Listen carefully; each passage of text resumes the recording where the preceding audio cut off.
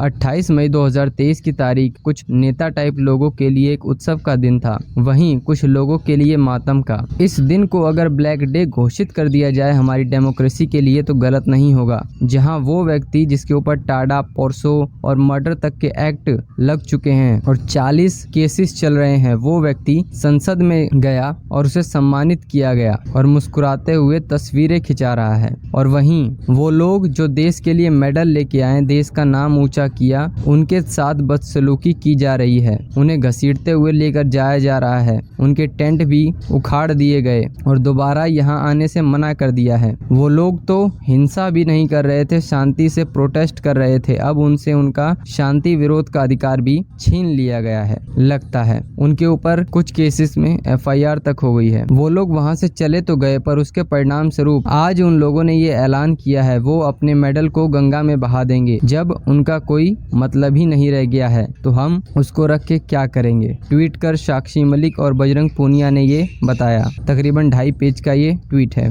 उन लोगों ने इंडिया गेट पे प्रोटेस्ट करने का ऐलान भी किया है। दूसरी तरफ सभी लोगों के लिए एक छड़ी रेसलर से ज्यादा महत्वपूर्ण थी। PM उसके आगे गिर गए, पर उस दिन उद्घाटन मोदी जी ने नहीं, सिर्फ मोदी जी द्वारा किया गया। जब 21 पार्टियां आई ही नहीं, राष्ट्रपति को बुलाया ही नहीं, तो काहे का उद्घाटन। जब देश के प्रथम नागरिक को महत्व नहीं दिया जा रहा है तो नागरिकों का क्या होगा। और ये सारा तामझाम इसलिए ताकि एक प्लेट पे उनका नाम बड़े और ऊंचे अक्षरों में लिखा रहे कि ये मोदी जी द्वारा बनाया गया है संसद भवन। और उन लोगों को बुलाया जा रहा है जो किसी क्रिमिनल से कम नहीं है। संसद में लगभग 35% MP के ऊपर क्रिमिनल केस हैं, पर संसद को साउंड प्रूफ बनाया गया है, ये तो पता चल गया। किसी को रेसलर्स की बात नहीं सुनाई दी और अब तो उन्हें बदनाम करने पे तुले हुए हैं कुछ लोग। जैसे ये फोटो जिसमें उन्हें हंसता हुआ दिखाया जा रहा है, पर असली फोटो ये नहीं है, ये है। इसे AI या डीप फेक की मदद से बनाया गया है। और एक एक्स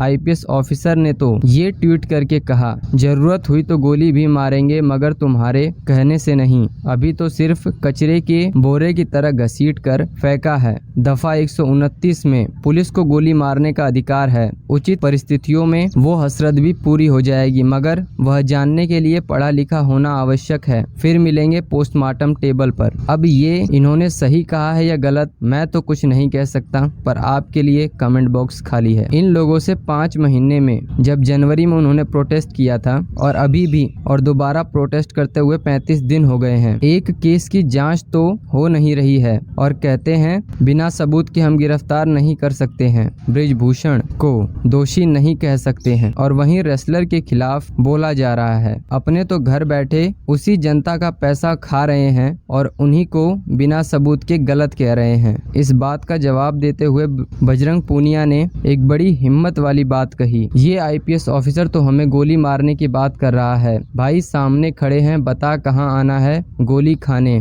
कसम से पीठ नहीं दिखाएंगे, सीने पे खाएंगे तेरी गोली। यही रह गया है अब हमारे साथ करने को, ये भी सही। अगर कुछ दिनों में उन्हें एंटी नेशनल घोषित कर दिया जाए तो कोई हैरानी की बात नहीं होगी, क्योंकि अभी गोदी मीडिया की पावर तो बाकी है। जैसा किसानों को बना दिया था कि वो लोग पिज्जा नहीं खा सकते हैं, टुकड़े टुकड़े गैंग है। मीडिया तो अभी पूरी इंडियन बेल्ट की मीडिया अभी पूरी तरह से ये बताने में लगी हुई है संसद में सेंगोल कैसा है, कहाँ से आया है, उसकी भूमिका क्या है। उनके लिए वो ज्यादा महत्वपूर्ण है। तो शुक्र है सोशल मीडिया का कि कुछ लोग इसके ऊपर बात कर पा रहे हैं। अगर आपको इसके बारे में अच्छे से जानना है, आप ध्रुव राठी की इस वीडियो को, आकाश बनर्जी के वीडियो को, डिस्क्रिप्शन में कई सारे लिंक दिए गए हैं, आप उनमें से देख सकते हैं। अब सवाल तो वही है, अब क्या होगा। जैसा उन्होंने प्रोटेस्ट करने को कहा है वो लोग करेंगे और आज शाम को 6 बजे मेडल को गंगा में बहा दिया जाएगा। अगर प्रधानमंत्री चाहें तो ये मामला एक दिन में शांत